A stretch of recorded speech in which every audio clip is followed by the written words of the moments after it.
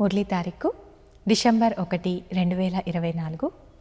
అవ్యక్త బాప్దాద గారి మధుర మహావాక్యాలను విందాం. రివైజ్ తారీఖు జనవరి 18, 2003. మురళీ సారం: బ్రాహ్మణ జన్మ యొక్క స్మృతుల ద్వారా సమర్థంగా అయ్యి అందరినీ సమర్థులుగా చేయండి. ఈరోజు నలువైపులా ఉన్న సర్వ స్నేహి పిల్లల స్నేహంతో కూడిన మధురాతి మధురమైన స్మృతుల యొక్క రకరకాల మాటలు, స్నేహం యొక్క ముత్యాల మాలలు బాప్దాద వద్దకు అమృతవేళ కంటే ముందే చేరుకున్నాయి. పిల్లల స్నేహం బాప్దాదాను కూడా స్నేహ సాగరంలో ఇమిడిపోయేలా చేస్తుంది. పిల్లల ప్రతి ఒక్కరిలో తెగిపోనటువంటి స్నేహ శక్తిని బాప్దాద చూశారు. ఈ స్నేహ శక్తి ప్రతి పుత్రుణ్ణి సహజ యోగిగా చేస్తూ ఉంది. స్నేహం యొక్క ఆధారంతో సర్వ ఆకర్షణల నుండి అతీతంగా అయి మున్ముందుకు వెళ్తున్నారు. బాప్దాద ద్వారా లేక విశేష ఆత్మల ద్వారా అతీతమైన మరియు ప్రియమైన స్నేహం అనుభవం అవ్వని పిల్లలు ఒక్కరు కూడా లేరు. ప్రతి బ్రాహ్మణాత్మ యొక్క బ్రాహ్మణ జీవితం స్నేహశక్తి ద్వారానే ప్రారంభమైంది. ఈ స్నేహశక్తియే బ్రాహ్మణ జీవితానికి వరదానంగా అయి ముందుకు తీసుకెళ్తూ ఉంది. కనుక ఈరోజు విశేషంగా తండ్రి మరియు పిల్లల స్నేహం యొక్క రోజు. ప్రతి ఒక్కరూ తమ మనస్సులో స్నేహమనే ముత్యాలను కూర్చిన చాలా మాలలను బాప్దాదాకు ధరింపచేశారు. ఇతర శక్తులు ఈరోజు మర్జిగా ఉన్నాయి, కానీ స్నేహశక్తి ఎమర్జ్గా ఉంది. బాప్దాదా కూడా పిల్లల యొక్క స్నేహ సాగరంలో లవలీన్గా ఉన్నారు. అమృతవేళ నుండి కర్మయోగిగా అయ్యే సమయంలో కూడా ఏదైనా ఒక్క స్మృతి మాటి మాటికి గుర్తున్నా ఆ స్మృతి మిమ్మల్ని సమర్థ స్వరూపంగా చేసేస్తుంది. ఎందుకంటే ఎలాంటి స్మృతి ఉంటుందో అలాంటి సమర్థత స్వతహాగానే వచ్చేస్తుంది. అందుకే ఈ రోజును స్మృతి దినంతో పాటు సమర్థ దినం అని కూడా అంటారు. బాప్దాదా చూశారు, అమృతవేళ చాలామందిలో స్మృతి మరియు ఈశ్వరీయ ప్రాప్తుల నశ చాలా బాగుంటుంది. కానీ అమృతవేళ ఉండే నశాతో పోలిస్తే కర్మయోగి స్థితిలో తేడా వచ్చేస్తుంది. కారణమేంటి? కర్మ చేస్తూ ఆత్మాభిమాని స్థితి మరియు కర్మ అభిమాని స్థితి రెండూ ఉంటాయి. దీనికి విధి కర్మ చేస్తూ నేను ఆత్మను, ఎటువంటి ఆత్మను అనేదైతే మీకు తెలుసు.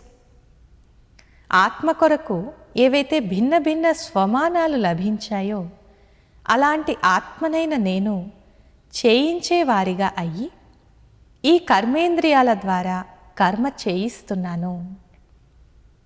ఈ కర్మేంద్రియాలు నా కర్మచారులు. చేయించే ఆత్మనైన నేను చేసేటటువంటి కర్మచారుల నుండి అతీతంగా ఉన్నాను అనే స్మృతిలో ఉండాలి. అలాగే చాలా కాలపు సాక్షి స్థితి యొక్క అభ్యాసంపై అటెన్షన్ ఉంచండి అని బాప్దాద చెప్తున్నారు.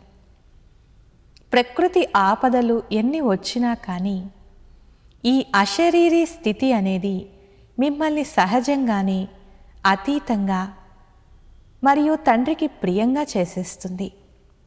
అందుకే చాలా కాలము అనే మాటను బాప్దాదా అండర్లైన్ చేయిస్తున్నారు.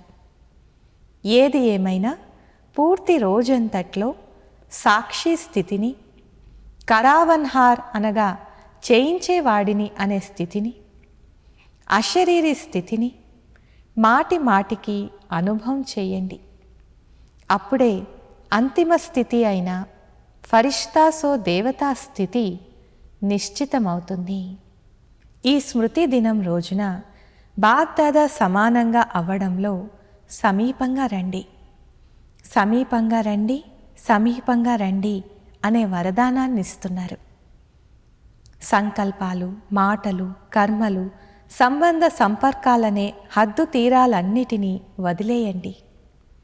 మీ మనస్సనే నావను ఈ హద్దు తీరాల నుండి ముక్తంగా చేసుకోండి.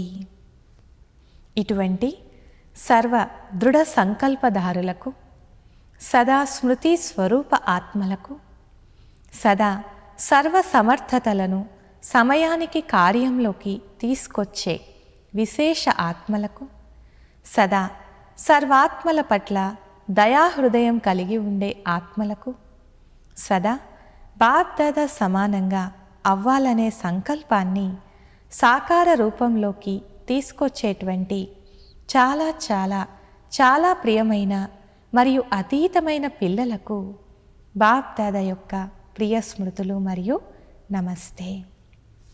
ఈరోజుటి వరదానము: సర్వ సంబంధాలతో ఒక్క తండ్రిని మీ సాథీగా చేసుకునే సహజ పురుషార్థి భవ.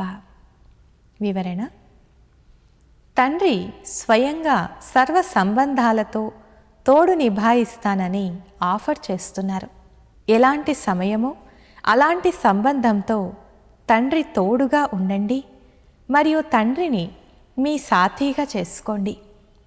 ఎక్కడైతే సదా సాత్ మరియు సాథీ ఉంటారో అక్కడ ఎలాంటి కష్టము ఉండదు. ఎప్పుడైనా మిమ్మల్ని మీరు ఒంటరిగా అనుభవం చేస్తే ఆ సమయంలో తండ్రిని బిందు రూపంలో గుర్తు చేసుకోండి. ప్రాప్తుల లిస్టును మీ ఎదురుగా తెచ్చుకోండి. భిన్న భిన్న సమయాలలో మీరు చేసిన రమణీక అనుభవాలను, కథలను గుర్తు తెచ్చుకోండి. సర్వ సంబంధాల రసాన్ని అనుభవం చేయండి. అప్పుడు శ్రమ సమాప్తమైపోతుంది. అంతేకాక సహజ పురుషార్థులుగా అయిపోతారు. స్లోగన్: బహురూపిగా అయ్యి మాయ యొక్క బహురూపాలను పరిశీలిస్తే మాస్టర్ మాయాపతులుగా అయిపోతారు. అచ్చా. ఓం శాంతి.